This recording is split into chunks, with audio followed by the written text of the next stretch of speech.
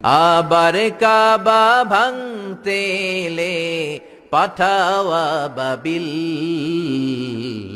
দাও খোদা দাও আমায় আবার উমার দারাজ দিল। সুবহানাল্লাহ বলেন। পৃথিবীর সবচেয়ে ছোট পাখি, সব পাখিগুলো সামনের দিকে উড়ে, এই পাখি সামনে উড়ে, এট দ্য সেম টাইম পেছনে উড়ে। যারা আল্লাহরে খুঁজে পায় না তাদেরকে বলবেন পাখির দিকে তাকাও। আওয়ালাম ইয়ারাউ ইলাত তায়রি ফাওকাহুম সাফাতিন ওয়া ইয়াকবিদ মা ইউমসিকুহুন্না ইল্লার রহমান ইন্নাহু বিকুল্লি শাইইন বাসীর। নাস্তিকগুলো কি আমার পাখিগুলোর দিকে তাকায় না? সুবহানাল্লাহ। এই যে পাখিগুলো থাকে ফাওকাহুম সাফাতিন, পাখিগুলো কেমনি ডানা মেলে উড়ে বেড়ায়, আবার নামার সময় ডানা গোটায়, ডানা ঝাপটায়, কেমন করে পাখিগুলো উড়ে।